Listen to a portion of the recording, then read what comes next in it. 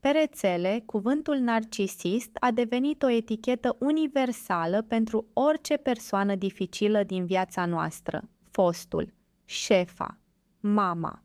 Și înțeleg de unde vine impulsul. E ușurătoare să dai un nume durerii, să spui, el era narcisist, e mai blând decât am stat 3 ani lângă cineva care m-a rănit și nu am plecat. Eticheta îți redă o parte din demnitate. Și totuși, eticheta nedreaptă face două răuri concrete. Primul, îi atribuie unei persoane un diagnostic pe care nu îl are.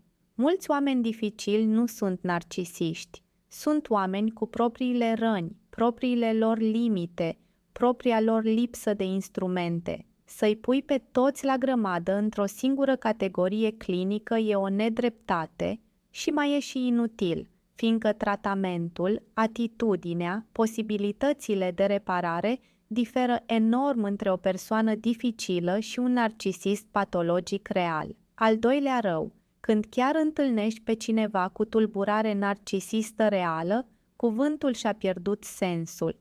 Spui prietenelor că fostul tău era narcisist și ele dau din cap înțelegător, dar nu te cred întru totul, fiindcă au mai auzit asta despre alți 5 foști de-ai lor.